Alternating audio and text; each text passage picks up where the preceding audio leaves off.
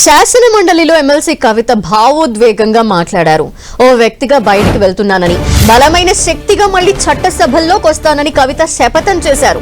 2004లో America నుంచి తెలంగాణకి వచ్చానని, 2006లో తెలంగాణ ఉద్యమంలో పాల్గొన్నానని కవిత చెప్పారు. 2014లో తెలంగాణ బిల్ పాస్ అయ్యే వరకు పోరాడానని, ఆస్కార్ ఫెర్నాండెస్ తో కేసీఆర్ మీటింగ్ ఏర్పాటు చేసింది తానేనని కవిత చెప్పారు. తానెప్పుడూ టికెట్ కోసం అడుక్కోలేదని, పార్టీ పిలిచి నిజామాబాద్ ఎంపీ టికెట్ ఇచ్చిందన్నారు. తెలంగాణ ఏర్పడిన తర్వాత వచ్చిన మొదటి బతుకమ్మ పండుగ నుంచే తనపై ఆంక్షలు పెట్టారని ఆరోపించారు. మండలిలో భావోద్వేగానికి గురై కంటతడి పెట్టిన కవిత తనపై కక్ష కట్టి పార్టీ నుంచి బయటికి పంపించేశారని అన్నారు.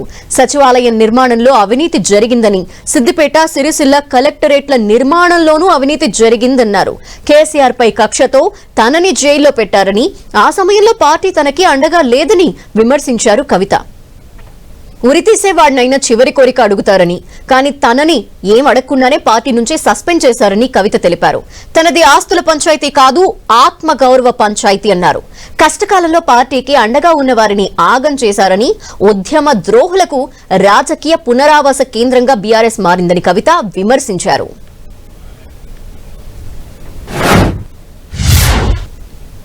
కేసీఆర్ గారి మీద కక్షతో అధ్యక్ష ఆఖరికి నన్ను జైల్లో కూడా పెట్టడం జరిగింది అధ్యక్ష.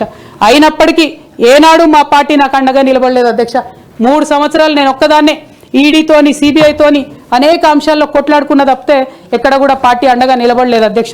ఇది ఎందుకు చెప్తా ఉన్నా అంటే అధ్యక్ష, ఒక పార్టీ అంటే ఒక సంఘం అధ్యక్ష. ఒక సంఘం అంటే ఒకే భావజాలంతో కలిసి పనిచేసే వ్యక్తులు అధ్యక్ష. ఒకడు గాయపడి పడిపోతే వాడిని ఎత్తుకొని పోతారు అధ్యక్ష, భుజాల మీద తీసుకొని పోతారు అధ్యక్ష. లేదు నువ్వు మా భావజాలంతో కరెక్ట్గా లేవంటే తీసి ఆనాడే అవతల పడేయాలి అధ్యక్ష. అట్లా కాకుండా అదే పార్టీలో కొనసాగాలి, కానీ పార్టీ మీకు అండగా నిలబడదు అనేటటువంటిది కరెక్ట్ కాదు అధ్యక్ష.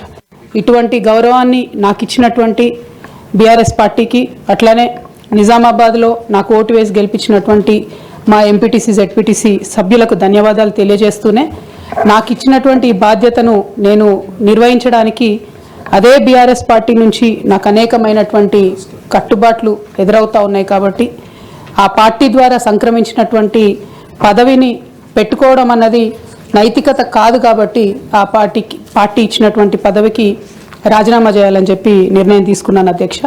దాన్ని తమరు యాక్సెప్ట్ చేయాలని ఫ్లోర్ ఆఫ్ ది హౌస్లో అడుగుతా ఉన్నాను అధ్యక్ష. కేసీఆర్ గారు అంటే ఎవరు మాట్లాడరు, అదే కేటీఆర్ గారినో హరీష్ రావు గారినో అంటే అందరు లేచి నిల్చొని మాట్లాడతారు అధ్యక్ష. నేను ఒకటే అంటే అధ్యక్ష, ఒక నాయకుడిని నమ్ముకొని ప్రాంతీయ పార్టీ అంటే ఏంది అధ్యక్ష? ఒక నాయకుడు అధ్యక్ష. ఆ నాయకుడు ఆయన భావజాలం, ఆయన ఐడియాలజీ మీద నడిచేదే ప్రాంతీయ పార్టీ. అది ఎన్టీఆర్ గారు పెట్టిన పార్టీ కావచ్చు, కేసీఆర్ గారు పెట్టిన పార్టీ కావచ్చు. ఆ పార్టీ నాయకుడికే దెబ్బ తగిలితే, ఆ పార్టీ నాయకుడి మీదకే మచ్చ వస్తే పార్టీ మనుగడకే అర్థం ఉండదనేటటువంటి ఉద్దేశంతో ఘోష్ కమిటీ అప్పుడు కూడా నేను ఒక్కదాన్నే జాగృతితోని ధర్నా చేసిన అధ్యక్ష. ఏ ఒక్కరు మాట్లాడరు అధ్యక్ష. ఏ పొలిటికల్ పార్టీ అయినా అధ్యక్ష రాజ్యాంగాన్ని స్ఫూర్తిగా తీసుకొని పనిచేయాలి అధ్యక్ష. బీఆర్ఎస్ పార్టీ ఆ స్ఫూర్తితో లేదు అధ్యక్ష. కాబట్టి నేను ఈ రాష్ట్రంలో మహిళలకు కొంత ఇన్స్పిరేషన్ ఇవ్వడానికి అధ్యక్ష, ప్రజలకు ఓవరాల్గా సేవ చేయడానికి అధ్యక్ష, ఇప్పుడు కాంగ్రెస్ పార్టీ చేస్తున్న విధానాలకు ప్రధాన ప్రతిపక్షం అధ్యక్ష ఇవాళ లేనే లేదు హౌస్లో. నిన్న మొన్న అసెంబ్లీ నడిచింది, అక్కడ లేనే లేదు అధ్యక్ష. ఆ యొక్క గ్యాప్ని ఫిల్ఫిల్ చేయడానికి అధ్యక్ష నేను ఇవాళ ఒక వ్యక్తిగా ఈ హౌస్లోకి వెళ్ళిపోతున్నా అధ్యక్ష. కానీ నేను ఒక శక్తిగా ఫ్యూచర్లో చట్టసభలకు తిరిగి వస్తా అధ్యక్ష. డెఫినెట్గా ఒక పొలిటికల్ సిస్టమ్ని క్రియేట్ చేస్తా అధ్యక్ష. ఈ స్టేట్లో చేసి ఖచ్చితంగా ఒక శక్తిగా నేను తిరిగి వస్తాను అధ్యక్ష.